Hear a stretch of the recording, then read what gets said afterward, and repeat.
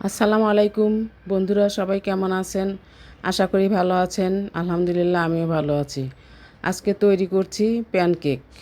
আমরা সাধারণত ময়দা দিয়ে প্যানকেক তৈরি করে থাকি, কিন্তু আজকে আমি তৈরি করব ময়দা এবং চালের গুঁড়ো দিয়ে।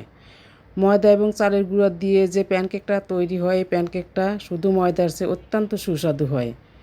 আজকে আমি 2টো ডিমের প্যানকেক তৈরি করব, এজন্য 2টো ডিম ভেঙে নিলাম। সাথে দিলাম হাফ কাপ তেল, দিলাম 1 কাপ লিকুইড দুধ, দিয়ে ভালো করে নেড়ে চেড়ে নিলাম। এখন দিয়ে দিলাম 1 কাপ চিনি, ভালো করে নেড়ে চেড়ে মিক্সড করে নিব।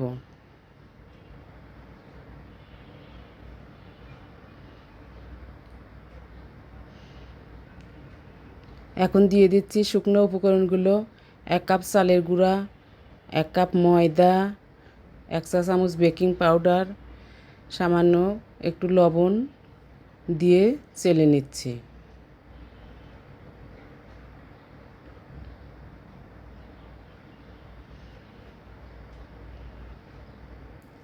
এখন একটা হ্যান্ড হুইস্ক দিয়ে ভালো করে মিশিয়ে একটা ঘন ব্যাটার তৈরি করব।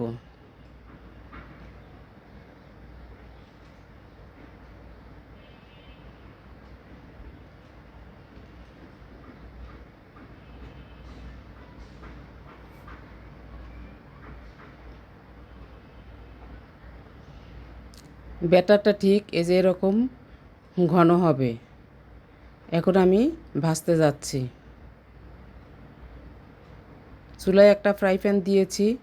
এখন 1 চামচ ব্যাটার দিয়ে দিলাম। এই প্যানকেকটা ভাজতে হবে একদম লো আঁচে। যখন ব্যাটারটা উপর দিয়ে একটু ফুটফুটি হবে, তখন উল্টিয়ে দিতে হবে। আবার দিয়ে দিলাম 1 চামচ ব্যাটার। দেখেন এই যে উপর দিয়ে কী সুন্দর ফুটফুটি হয়েছে। এখন উল্টিয়ে দিলাম। একটা পিঠা ভাজতে 2-3 মিনিট সময় লাগবে। হয়ে গেল আমার সবগুলা প্যানকেক তৈরি।